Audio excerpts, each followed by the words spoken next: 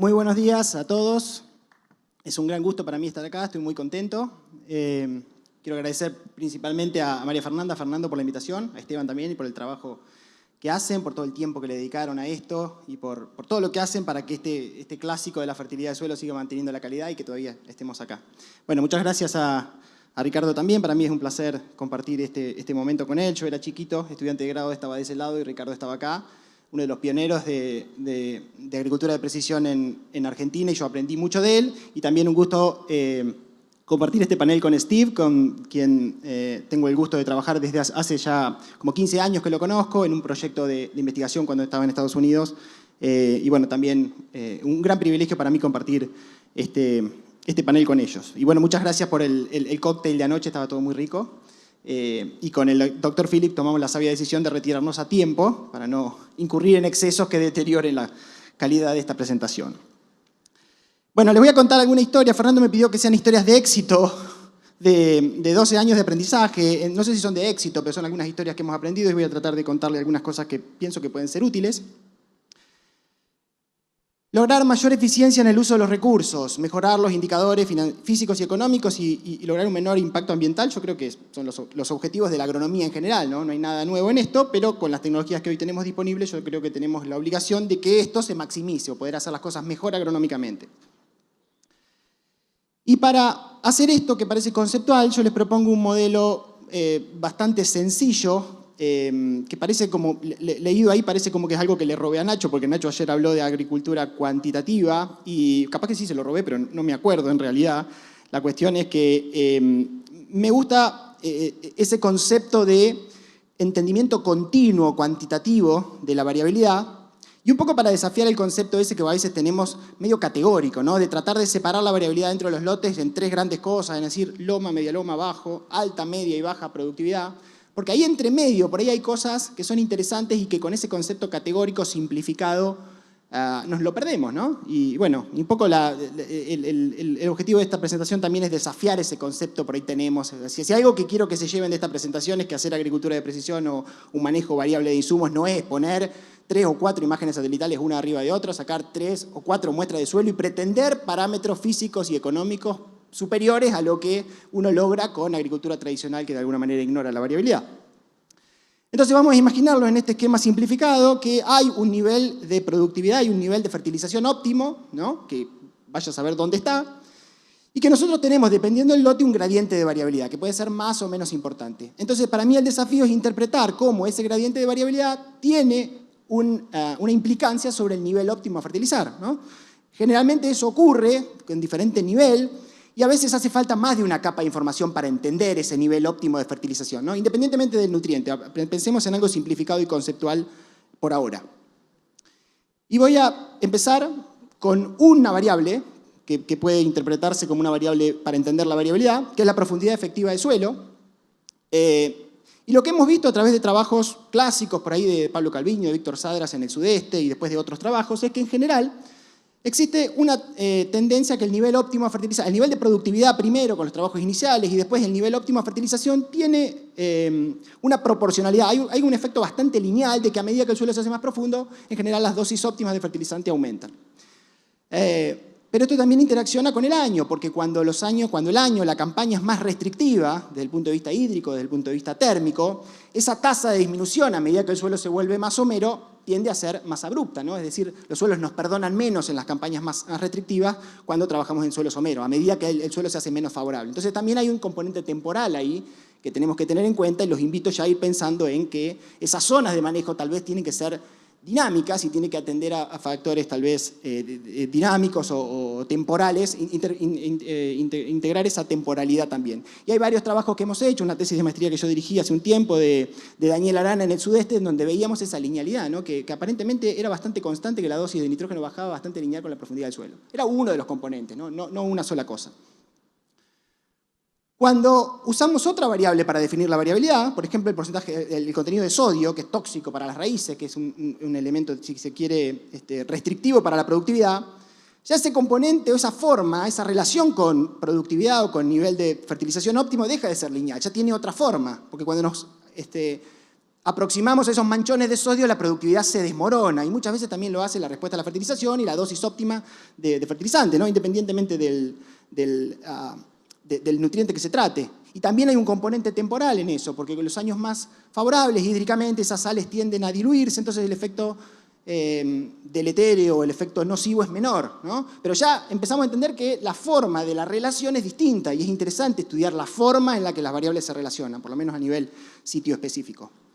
Cuando usamos la textura del suelo para interpretar esa variabilidad, dependiendo de la zona, dependiendo del caso, en general aparece una forma de campana, es decir, que los cultivos maximizan la productividad en una textura dentro del lote intermedia, por encima y por debajo del cual el rendimiento y muchas veces la respuesta a insumos cae. Cuando nos vamos a algo más arenoso, el suelo digamos, es menos productivo, tiene menos capacidad de retención de agua y por lo tanto la productividad baja. Y cuando nos vamos a suelos muy arcillosos también. Hay campos que experimentan toda esa campana, es decir, que tienen variación en la textura en donde se ve toda esa campana. Hay campos que tienen solamente la parte ascendente de la campana, la parte descendente de la campana. Eso depende de la variabilidad, pero hay bastante consenso en que aunque sea en términos generales, esta relación se mantiene. Y también hay consenso de que esa campana cambia de forma dependiendo del año, ¿no? La base de esa campana se hace más angosta cuando las condiciones son más restrictivas desde el punto de vista hídrico, sobre todo, ¿no? Las lomas arenosas deterioran mucho más su productividad y lo mismo lo hacen los ambientes afectados a suelos más arcillosos, ¿no? Y especialmente para nitrógeno, y esto tenemos datos de la tesis de Paula Girón en INTA Villegas en años muy húmedos, a veces se da algo diferente, porque esas zonas que tienen más arcillosas, por ahí hay desnitrificación o problemas de pérdida de nitrógeno, entonces ahí la respuesta a nitrógeno, puntualmente para nitrógeno, aumenta bastante. Entonces hay que tener mucho cuidado cómo uno interpreta esa variabilidad que a veces vemos, porque dependiendo de la campaña, de la sensibilidad del cultivo y a veces del nutriente, lo que tenemos que hacer agronómicamente cambia mucho. Entonces desafío de nuevo esos modelos simplificados que tratan de medir una cosa y tratar de recomendar para un montón de cosas y resolver un montón de cuestiones. Otra forma de medir la heterogeneidad del suelo es usar productividad de cultivos anteriores, sea con mapas de rendimiento o con imágenes satelitales, porque a veces es más barato, es más conveniente hacer esto, ¿no?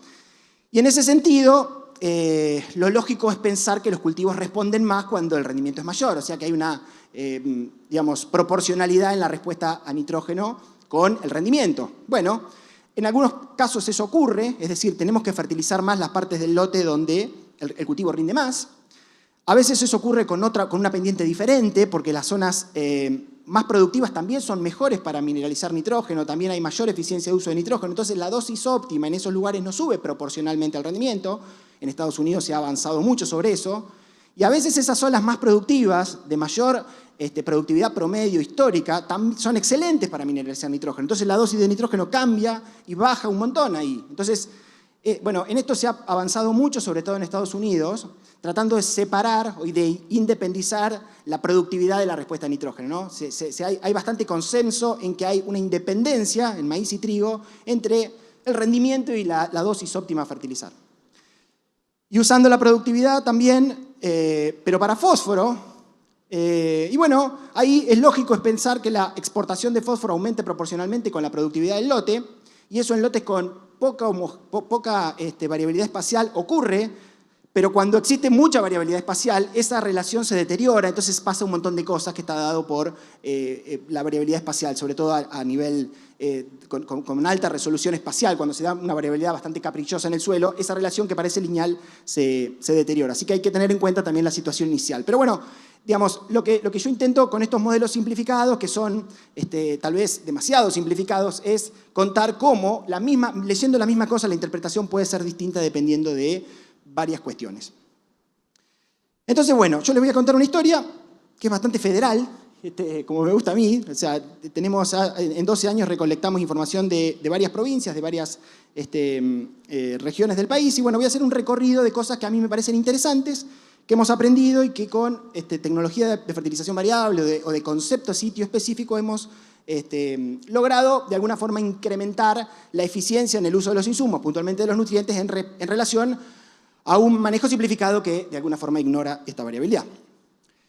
Y bueno, ¿cuáles fueron las preguntas que nos hicimos en esos lotes en los que trabajamos? Bueno, primero, si existe variabilidad espacial que justifique su consideración, si vale la pena hacer esto. En segundo lugar, mediante qué herramientas puede ser esta variabilidad razonablemente mapeada e interpretada. ¿Qué tan estable es la relación de esa variabilidad con la respuesta a la fertilización, que es la pregunta clave? Si existe estabilidad o si existe algo que podamos predecir, podemos usar esa información, pero si no existe, si es todo random, si es todo aleatorio, hay que tener mucho más cuidado. Y obviamente al final puede la fertilización con dosis variables justificarse desde el punto de vista económico, ¿no? Porque si no lo podemos justificar económicamente, por más que sea todo esto muy lindo, es poco sustentable en el tiempo. Bueno, ¿qué hicimos en esos más de 600 lotes? Bueno, hicimos un esfuerzo agronómico para entender la variabilidad espacial de los lotes, hacer un diagnóstico, lo llamamos caracterización ambiental, y bueno, hay un montón de cosas que se pueden medir para lograr eso. Bueno, nosotros tratamos de usar las variables que más nos ayudaban a entender la heterogeneidad del lote y cómo eso pensábamos que iba a tener implicancias en la respuesta a la fertilización. Medimos elevación con GPS de buena precisión, medimos conductividad eléctrica aparente, que es una buena variable para determinar indirectamente patrones texturales, con muy buena resolución espacial, y en algunos casos también sodio o profundidad efectiva.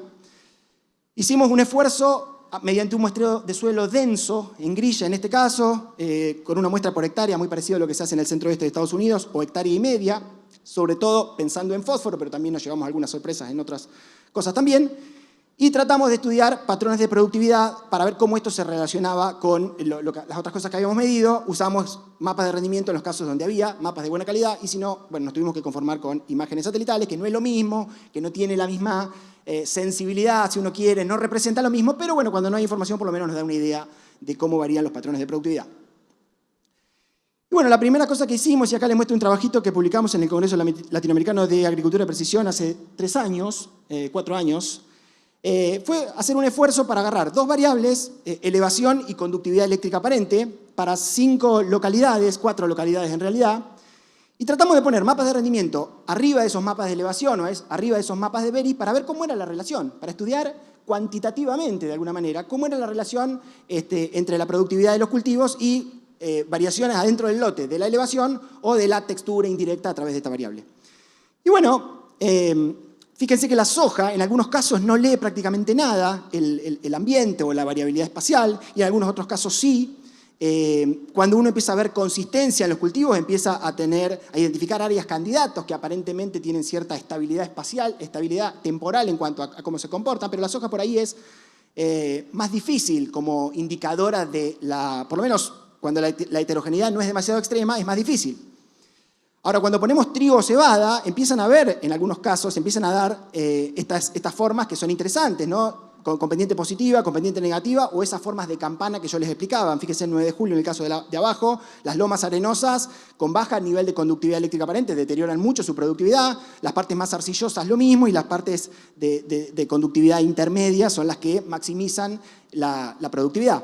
Y cuando ponemos maíz, que es un cultivo mucho más sensible, por ser más sensible de por sí, además por ser un cultivo de verano, estas campanas aparecen de manera mucho más prolija, ¿no? Entonces podemos ver, incluso cuando tenemos 2 años, ahí en amarillo, de esas campanas que se repiten, nos está diciendo que esas zonas que estamos viendo, digamos, son consistentes en el tiempo. Y ahí nos empezamos a entusiasmar, que puede haber cosas que podemos medir que nos sirven bastante bien en el tiempo para poder hacer cosas que agronómicamente tengan valor.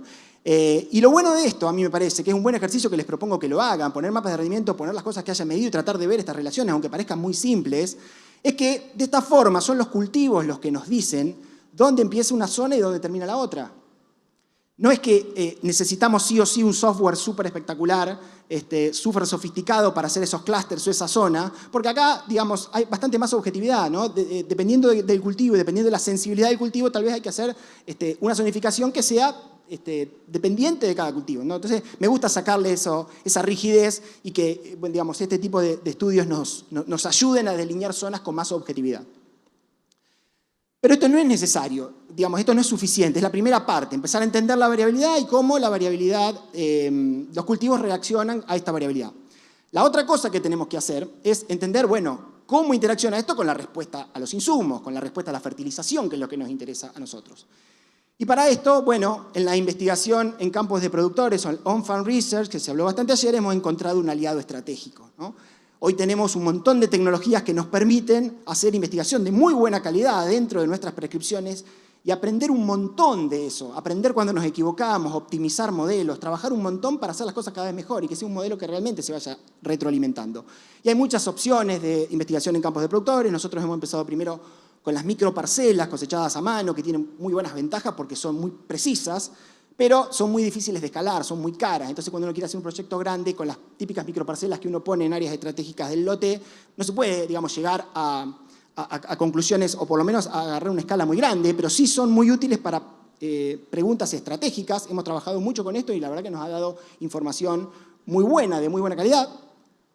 Están los ensayos en franjas, con los que he trabajado mucho tiempo, me han sacado algunas canas porque son bastante difíciles muchas veces para trabajar, porque tienen algunos problemas estadísticos, violan, si uno quiere, algunos de los principios del diseño experimental, sobre todo la aleatorización. Y entonces, bueno, para algunas preguntas son útiles cuando no hay muchos tratamientos, atravesar la variabilidad del lote y ver esto, pero para algunas otras cosas son insuficientes, básicamente porque a los estadísticos no les gustan mucho, porque hay que hacer un esfuerzo estadístico bastante grande para separar el efecto del tratamiento del efecto del ambiente, del efecto del suelo, digamos, ¿no? Y eso, bueno, complejiza un poco el análisis.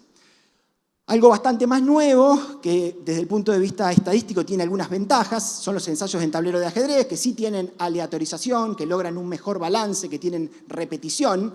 Y bueno, en este hemos trabajado bastante y nos ha dado muy buena información para algunas preguntas puntuales, ¿no? Y hoy en día lo bueno es que la tecnología que tenemos de aplicación y de siembra nos permiten hacer parcelas excelentes, que son casi tan buenas como las microparcelas que nosotros desarrollamos trabajando a mano durante mucho tiempo, ¿no? Y las máquinas, con las cosechadoras con monitor de rendimiento tienen un montón de resolución espacial para poder cosechar estas parcelitas y entender un montón de la respuesta a insumos a través de esto. Así que les voy a contar algunas historias que hemos aprendido a partir del análisis de esos trabajos. Vamos a empezar bien arriba con la zona norte. Algunas cosas interesantes que hemos aprendido ahí. Primero, variabilidad espacial en el fósforo. Lotes de Santiago del Estero, Salta y Chaco. Los puntitos verdes es fósforo Bray en partes por millón, a 20 centímetros. Las clases de interpretación típicas que usamos de varios lados, ¿no? De muy bajo a muy alto. Fíjense todos los puntitos verdes, niveles muy altos de fósforo. Y bueno, claramente acá no hay que fertilizar. Lo que tenemos que hacer es, bueno, monitorear la tasa de caída, porque acá obviamente que el balance es negativo. Y bueno, y después definir a partir de cuándo, o sea, hasta dónde vamos a dejar caer el fósforo y a partir de cuándo vamos a empezar a reponer. Pero está claro que no tiene ningún sentido fertilizar con estos niveles tan altos de fósforo, ¿no? Por lo menos por ahora. Ahora, no todo es abundancia en el norte. Explorando esto, nos fuimos a una localidad en la provincia de Jujuy y empezamos a encontrar esto. Todos puntitos rojos, bajo, súper bajo, muy bajo. Mandamos a repetir el laboratorio, que me pusieron los pelos de punta. ¿Qué pasó acá? ¿Hay problemas por todos lados? No, no hay problema. Y estos no son suelos calcáreos, doctor García. Antes que levante la mano, son suelos ácidos, levemente ácidos. Acá, evidentemente, el material madre que le da origen al suelo es pobre en fósforo. Después, estudiando un poco las cartas del suelo, nos dimos que había una parte ahí en donde eso ocurría. Muy interesante, nos llamó mucho la atención. Cuando empezamos a explorar respuesta a nitrógeno con estos tableros de ajedrez en las zonas más nuevas, o sea, que tienen menos de 10 o 15 años de agricultura, yo esto no lo creía, no pensé que iba a ocurrir, pero bueno, en Chaco, en Santiago del Estero, tenemos varios ejemplos de esto. Vemos que la oferta del suelo es tan buena, digamos, la capacidad de esa materia orgánica joven de mineralizar es tan alta, que satisface bastante bien las demandas de los cultivos, por lo menos de esos niveles de productividad que exploramos ahí. Entonces, bueno, nos cuesta encontrar respuesta a nitrógeno en esos suelos que tienen desmonte de hace 10 años o 15 años. No quiere decir que no los haya, pero bueno, acá está claro que el pool mineralizable del suelo y el acople entre mineralización y absorción es muy bueno. Bajamos un poquito, Quimilí, Santiago del Estero, donde empezamos a ver alguna respuesta. Fíjense que para dos relaciones de precio, 13:1 o 10:1, grano de maíz, nitrógeno, empezamos a ver relaciones y ahí intentamos separar, mediante la conductividad eléctrica aparente, dos zonas, una que rinde un poquito más, de textura más fina, una que rinde un poquito menos, pero fíjense que las curvas de respuesta son muy parecidas, ¿no? Acá no hay interacción nitrógeno por ambiente, quiere decir que la heterogeneidad que encontramos en el suelo no es suficiente para separar cosas muy diferentes desde el punto de vista de la respuesta óptima a la fertilización. Entonces acá, bueno, evidentemente, por ahora, con este nivel de variabilidad, no hay demasiada ventaja por incorporar la fertilización variable y tenemos que ser conscientes de eso, no hay que forzarla simplemente porque la podamos hacer. A veces el suelo nos dice, bueno, acá hay cosas más o menos diferentes, pero no significa que vos te tengas que complicar la vida con fertilización variable. En estos casos, una fertilización uniforme bien diagnosticada es tal vez la mejor opción. Ahora, nos vamos a la zona más viejita de Salta, que ya tiene unos cuantos añitos de agricultura, Rosario de la Frontera, Metán, Las Lajitas, y empezamos a ver cosas tan fascinantes en cuanto a variabilidad espacial como lo que hemos encontrado incluso en el medio oeste americano, que tiene un montón más de variabilidad. Esto es un lote en Rosario de la Frontera con una superficie, bueno, de nuevo, esto es muestreo en grilla de fósforo, y fíjense patrones muy marcados de variabilidad espacial, muy difícil de predecir con otra cosa que no sea a través de este muestreo denso. Cuando delineamos a través del Kriging, que es una herramienta que usamos, un método que usamos para simular información donde no hay información, es decir, qué pasa dentro de esos puntitos, pudimos separar zonas con las clases de interpretación de muy bajo a muy alto y vemos que hay, qué sé yo, el 35 o 43% del lote que no requiere la fertilización, por lo menos en el corto plazo, y hay otra parte del lote que responde a altas dosis de fósforo, ¿no? ¿Cómo hacemos en un lote como este para, con fertilización uniforme, lograr eficiencia en el uso del fósforo, si ustedes quieren, ¿no? Es como una frazada corta. Entonces, en estos casos es donde más se justifica hacer un esfuerzo, aunque sea una vez, para caracterizar bien la variabilidad espacial en el fósforo. Esto es otro ejemplo en las lajitas, con variabilidad también en el fósforo a la derecha, pero miramos pH y ahí sí aparece pH calcáreo. Ahí sí parece pH alto en los lugares de bajo fósforo, lo cual nos empieza a sugerir que el Bray ahí no anda. Bueno, ¿qué hacemos? Nos pasamos a Olsen. Usamos Melic 3, que aparentemente es un poco mejor para estas situaciones. Bueno, ahí tenemos un problema de diagnóstico que tenemos que empezar a entender, pero bueno, acá está claro que la variabilidad de fósforo está traccionada por el pH del suelo, a diferencia de lo que le mostraba en el caso anterior.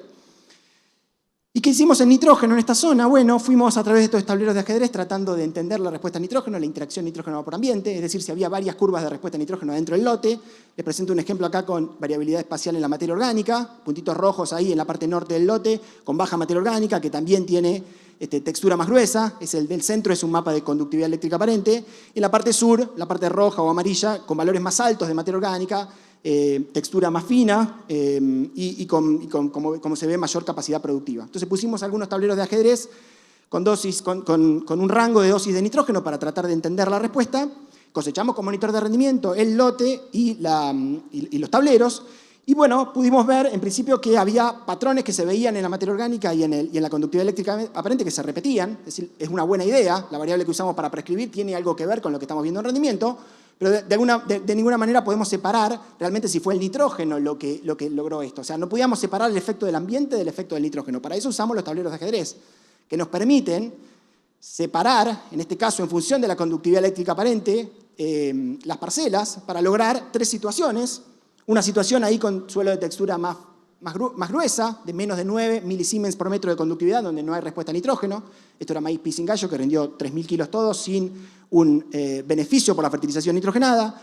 Una zona de conductividad eléctrica intermedia, entre 10 y 33 milisiemens, donde sí se ve una típica curva de respuesta a nitrógeno, con un óptimo económico de alrededor de 90 kilos de nitrógeno. Y una zona más arcillosa, un poquito más de textura más fina, con más materia orgánica, en donde fíjense que el testigo sube. Y la dosis óptima económica, si bien la productividad es mayor, un poco mayor, la dosis óptima económica vuelve a caer. Y esto me sirve también para desacoplar el concepto digamos, ese concepto de relación directa entre, digamos, respuesta a la fertilización y productividad, porque en esas zonas, evidentemente, el suelo es tan bueno que hace que la dosis óptima económica vuelva a caer. Entonces, interpretar esto nos ayuda mucho a tomar decisiones que no sean simplificadas o que no usen modelos conceptuales que son erróneos. ¿Qué pasa en el este? Aprendimos mucho trabajando en algunos lugares en Entre Ríos y también en Uruguay. Lo de Uruguay me llama mucho la atención, las respuestas a nitrógeno que vemos en Uruguay son fenomenales. Mis amigos uruguayos seguramente se matan de risa de mí porque a mí me parece que estoy descubriendo América, pero vemos respuestas sensacionales a nitrógeno. Esto es maíz bajo riego en el centro, el testigo rinde 3 toneladas y con nitrógeno llegamos a 12 toneladas, es decir, el rendimiento se multiplica por 4 y algo parecido pasa en colza. La verdad que por eso los uruguayos saben tanto de manejo de nitrógeno, ¿no? Porque el nitrógeno no te perdona si te quedas corto. Así que, bueno, hemos aprendido mucho del enfoque que tienen ellos de ir haciendo un seguimiento. Y bueno, muy divertido Uruguay en cuanto a la variabilidad de fósforo y potasio, ¿no? Estos son los primeros mapas que hemos hecho de muestreos en grilla. Eso es fósforo Bray a la derecha, potasio Melic 3 a la izquierda. Patrones muy marcados que no se parecen para nada. O sea, si no es con el muestreo en grilla, ¿cómo hacemos para zonificar y darnos cuenta que hubiéramos encontrado eso? Así que en Uruguay los muestreos en grilla, teniendo en cuenta la variabilidad fenomenal que hay en un montón de cosas, nos han ayudado mucho, ¿no? Bueno, acá muestro simplemente un ejemplo de cómo se reparte la nutrición del lote en fósforo. y en potasio. Y en el barrio de enfrente la cuestión no es muy diferente. En Uruguay, en Entre Ríos, hemos encontrado también patrones de variabilidad muy marcados, en donde bueno, estamos muy contentos con estos muestreos que nos permiten, aunque sea una sola vez, saber cuál es la situación de partida en cuanto a la distribución de fósforo. Nos pasamos para el otro lado, al oeste, provincia de La Pampa. Acá la elevación cuenta mucho de la historia, es un mapa de elevación del terreno. Y bueno, como la elevación también tracciona otras cosas, materia orgánica, textura, midiendo esta variable tenemos un porcentaje bastante grande de la productividad de la respuesta a insumos. Y acá para simplificar les muestro 3 curvas de respuesta en ese lote que les mostraba, en donde vemos que la loma, bueno, digamos, está sujeta a un déficit hídrico muy importante, en donde la dosis óptima económica bueno, es más baja, sobre todo hídrico, pero hay otras cosas que también tienen que ver, que hacen que esa curva sea más chata. Y las zonas de elevación intermedia y más alta, bueno, rinden mucho más y responden mucho más a nitrógeno, ¿no? Está claro acá que el agua es lo que condiciona de alguna manera la respuesta a nitrógeno. Y ahí le pongo 2 relaciones de presión para que vean que cuando realmente identificamos un área dentro del lote con respuesta a la fertilización, casi que cualquier relación de precios paga la respuesta a la fertilización. La cuestión es estar seguro donde el cultivo va a responder. Y en Villegas, esto que le mostraba, esto es parte de la tesis de maestría de Paula Girón, tuvimos 2 años muy húmedos, con muchos excesos hídricos, caracterizamos el lote en función de la conductividad eléctrica aparente y de la profundidad efectiva del suelo, básicamente el tapto. Los rojos son los taptos que son muy característicos en Villegas y los verdes son los apludoles típicos, profundos. Y como esas campañas fueron muy húmedas, lo que encontramos fue muy interesante, también para desacoplar el concepto entre productividad y respuesta, y es que las zonas que rendían menos respondían más a nitrógeno.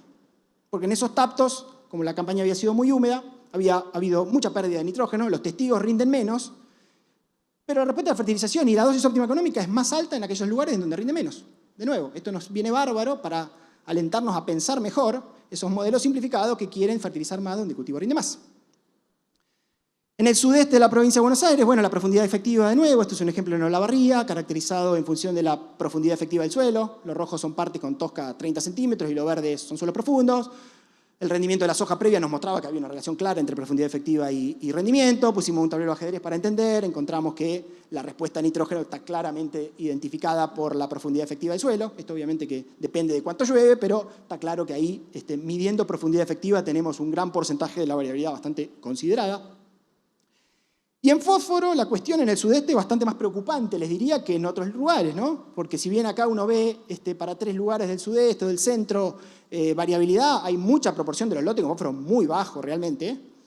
No quiere decir que un muestreo tradicional no haga las cosas no muy bien, porque si uno pincha en ese de 55 en algún lugar y, digamos, pone todo en una bolsita, tiene tendencia por la distribución que tiene el fósforo en general, que es log normal, es decir, que hay muy pocos valores muy altos que a veces sesgan mucho el promedio a la derecha, nos hacen creer que el lote está mejor nutrido de lo que está. Ese es un problema de los muestreos tradicionales. Y fíjense que, bueno, acá hay, por lo que sé yo, 70, 80% del área donde se requiere una dosis alta de fertilización para maximizar la productividad, ¿no? Entonces hay que tener cuidado. Lo que hemos visto en el sudeste son, en cuanto a fósforo, bueno, condiciones de suelos bastante degradados, lamentablemente, en la distribución de fósforo.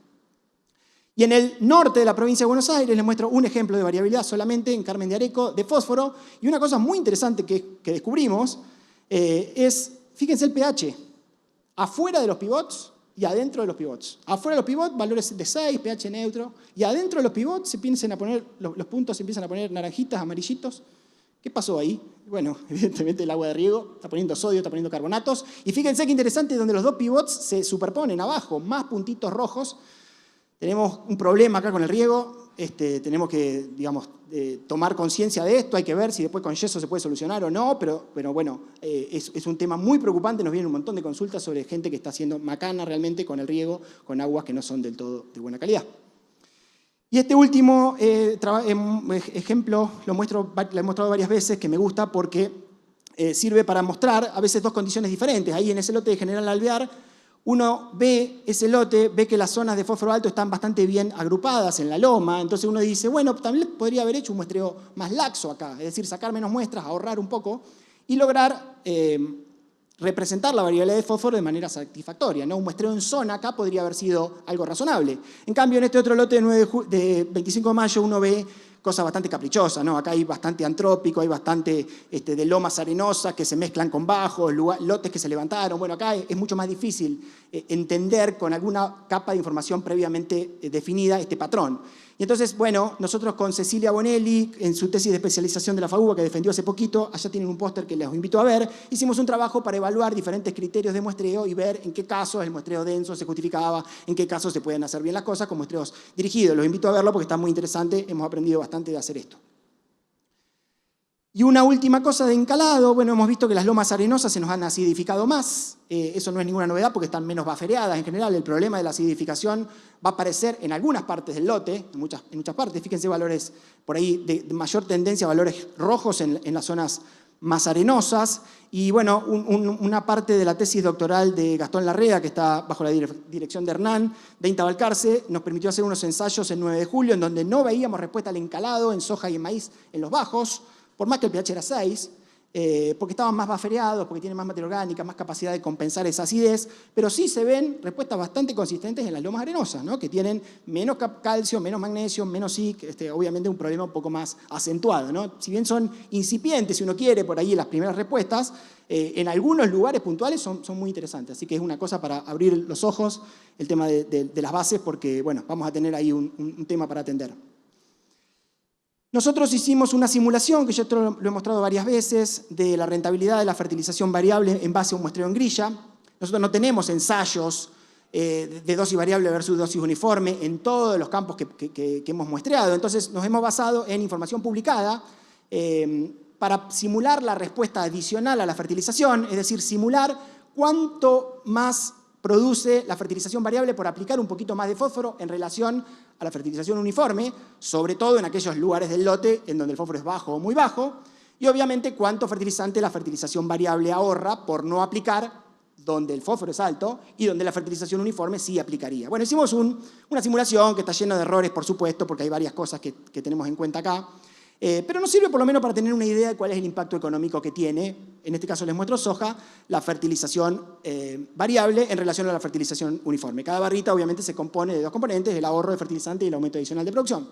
Pero más que eso, digamos que es descriptivo, lo que más me interesa es entender por qué hay tanta variación, por qué algunos lotes se benefician solamente con $20 por hacer fertilización variable en relación a un muestreo en grilla y otros lotes tienen una ventaja de $80, ¿no? Siempre hablando de fósforo. Y bueno, lo que hicimos es pensar, bueno, evidentemente los lotes más variables son los que más se benefician de la fertilización variable. Vamos a usar algún parámetro que nos permita de alguna forma describir variabilidad. Vamos a usar el coeficiente de variación. Entonces ponemos el coeficiente de variación como un predictor de la ventaja económica de la fertilización variable en relación a la uniforme y vemos que hay una tendencia, pero con mucha variabilidad, ¿no? O sea que no es solamente la variabilidad inicial lo que explica la ventaja económica de la fertilización variable. Entonces probamos con varias cosas y pusimos el fósforo inicial, solamente el promedio de todos esos puntitos, y vemos que es un indicador bastante interesante de la rentabilidad de la fertilización variable. Porque podemos identificar un área entre 10 y 20 partes por millón en promedio en donde la ventaja económica de la fertilización variable es más importante. Por debajo y por encima del cual esa ventaja se disminuye. ¿Por qué pasa eso? Porque los lotes que tienen en promedio menos de 10 partes por millón, lo que hay que hacer ahí es fertilizar con una dosis alta y punto. Y los lotes que tienen más de 20 o 30 partes por millón, lo que hay que hacer ahí es tal vez no fertilizar o hacerlo con una dosis baja. Entonces ahí la fertilización variable no gana demasiada eficiencia o plata si quieren. Ahora, los lotes que están entre 15 y 20 generalmente es porque ese promedio se compone de una campana de cosas, entonces probablemente haya una proporción del lote que no requiera fertilización, una proporción del lote que requiera una dosis más alta, y ahí es donde la fertilización variable hace un mucho mejor trabajo en relación a la uniforme. Y lo bueno es que, estudiando lo que habían encontrado otros en otras universidades del mundo, este trabajo de Oklahoma y de Kansas, muestra lo mismo. Así que nos pusimos contentos, que en realidad no es algo que inventamos nosotros, sino que vimos algo que ya se había hecho antes, lo cual fue bueno encontrarlo. Y una última cosa, cuando fertilizamos con fósforo, estamos pensando en el cultivo, en ganar plata, en ganarle plata, pero la otra cosa de la fertilización variable como una gran ventaja es disminuir la variabilidad espacial de fósforo en el suelo, es dejar el suelo mejor de lo que lo encontramos. Y en eso hemos trabajado bastante durante un periodo grande de fertilización variable y después hacer algunos remuestreos para ver qué pasa en el suelo, después de 4, 5, 6 años de eso. Y les muestro dos ejemplos, uno en Carlos Casares, provincia de Buenos Aires, y otro en Pehuajó, uno con una situación muy comprometida, 4 partes por millón en promedio, con un alto porcentaje del área en la categoría muy bajo, es decir, menos de 7 partes por millón, una degradación química muy importante, y otra situación también negativa, pero no tan severa, un promedio de 11 con las categorías muy bajo y bajo repartidas. ¿Qué hizo la fertilización variable luego de 5 años? Obviamente fertilizando con un concepto de intermedio, si uno quiere, entre suficiencia, reconstrucción y mantenimiento, pero obviamente usando los balances, los mapas de rendimiento para poner lo que se lleva a los cultivos y tratar de subir más rápido donde el fósforo es muy bajo, subir un poquito más lento donde el fósforo es bajo, mantener donde el fósforo es óptimo y no aplicar en el alto y en el muy alto. Bueno, logramos algo interesante que no es perfecto, porque a mí me hubiera gustado que esa barrita negra esté alrededor del óptimo, todo en el 100% de la superficie. Bueno, eso no lo logramos, pero por lo menos vamos viendo que la fertilización variable no es perfecta, pero sí es muy útil para ir logrando reducir la variabilidad espacial en la productividad, en la distribución de fósforo, ¿no? Ahí se nos fue un poco alto el fósforo en el alto y en el muy alto porque tuvimos 2 campañas muy secas en donde, bueno, fue casi todo aporte positivo de fósforo, ¿no? Que fue una situación eventual. Bueno, yo me hubiera gustado tener un poquito más de tiempo para charlar lo que estamos haciendo en investigación, en un modelo de aprendizaje automático, para predecir, metiendo unas cuantas variables, la dosis óptima económica de trigo y de maíz. Me voy a quedar sin tiempo, así que los invito a que charlemos un poquito de esto en el momento de las preguntas. Y Juan Martín Rompani, que fue alumno mío de maestría de la FAUBA, tiene un póster ahí atrás, que lo pueden ver si quieren, bueno, para un poco complementar lo que contaba Nacho ayer de nuevas herramientas o herramientas un poco más sofisticadas que nos permiten hacer un mejor trabajo a la hora de, digamos, entender cuantitativamente cosas tan complejas como la respuesta a nitrógeno, ¿no? Bueno, hicimos un trabajo en maíz y en trigo, que no tengo demasiado tiempo para contarlo, pero bueno, lo charlamos en el momento de las preguntas.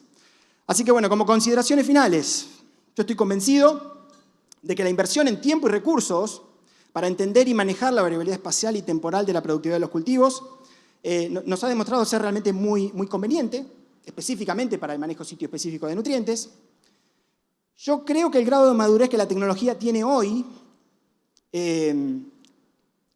la vuelve más costo efectiva que lo que tenía hace 13 años o 10 años cuando vine acá por primera vez, lo cual es una buena ventaja, una gran noticia para nosotros.